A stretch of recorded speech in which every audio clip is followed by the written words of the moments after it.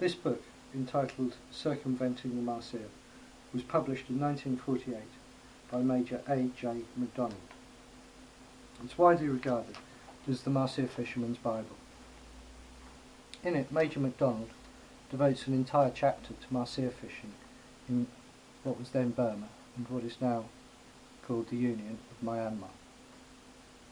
He writes, "In devoting a special chapter to Burma, I do so with recollections of perhaps some of the finest fishing waters in the Indian Empire, for they hold a variety of mahseer, the study of which affords a most interesting subject."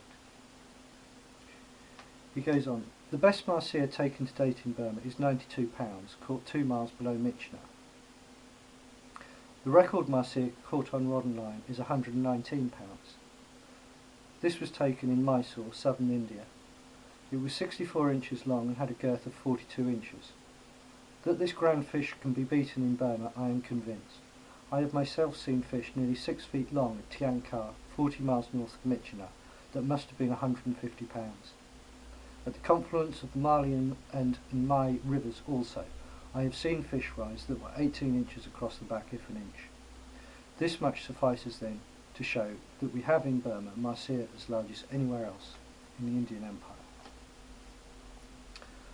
I stumbled across that passage several years ago, and I knew, as soon as I read it, that wild horses couldn't keep me away. Political instability, wild elephants, venomous snakes and biting insects would all have to stand aside. There was only one destination for me. I've recently returned from my first trip, and what follows is a brief account of our exploits. I hope you find it of interest. This is Butao Trekking House. We're just setting off on a 5-day trip. There's the lads over there loading up the jeep. So we'll be driving as far as the roads permit, and then we'll hopefully hire an ox cart and trekking upstream on the Mali River.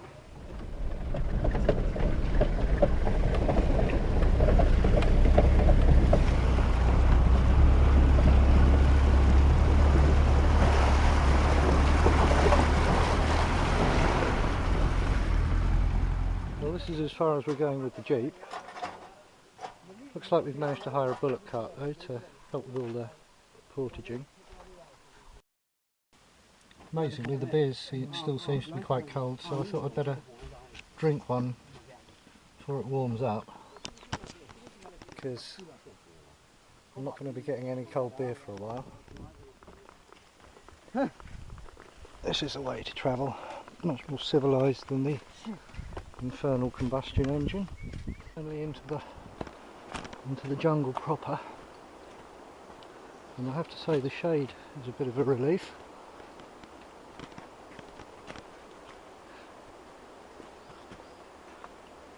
Got a couple of glimpses of the river just a few yards further back, and it's running beautifully clear, and it looks like a real mahseer river should look.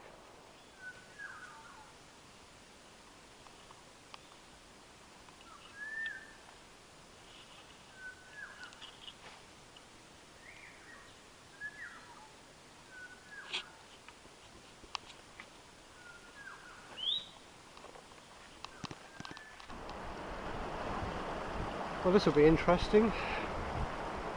Myself and my fishing guide, Mew, have gone on ahead of the rest of the party. So me and Mew have got to cross this river unaided. It's generally dense jungle interspersed with a few little open glades like you can see now. You got the occasional house, of which this is one. Oh, monkey skulls. I hope they're monkey skulls anyway. And a kind old boy beckoned us inside to shelter from the rain, and let's have a look inside. I think it's just lighting the fire. Hopefully putting a cup of tea on. Ah yes. Well, this is the place. See what they mean about a lake. Apparently underneath those rocks over there there's a big cave which goes very deep into the jungle. The boys were trying to get me some live bait, but they caught a little mahseer. Well done.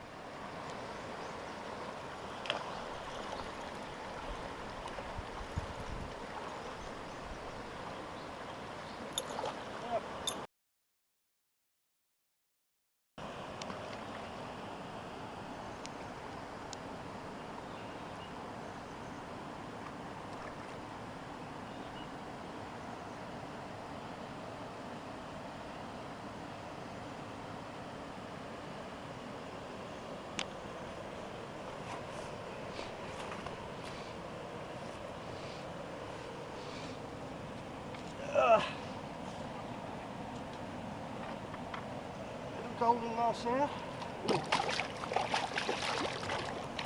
It's interesting because I think the earlier ones we were catching were the chocolate mahseer. We just crossed the river in a bamboo raft across the pool and are hiking about half a mile downstream.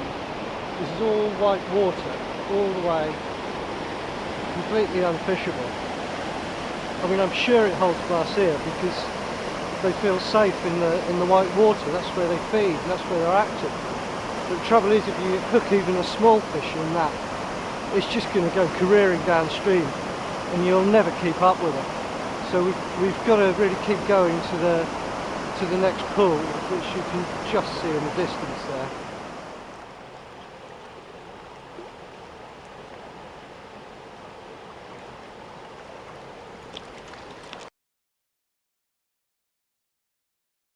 A couple of miles downstream and ran into a local gold miner who's been kind enough to show me what he's been mining.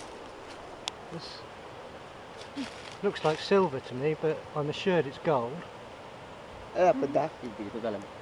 That's a mercury. When they collect the gold, they use mercury. Yeah. That's why the color change, like it silver. Okay. Inside is a gold.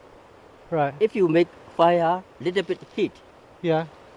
mercury will go away. After that, you can see yellow color. And how long has it taken him? How much work to produce that? 1 day. 1 day's work. Yeah. Yeah. 1 day work. Last view of the eternal snows.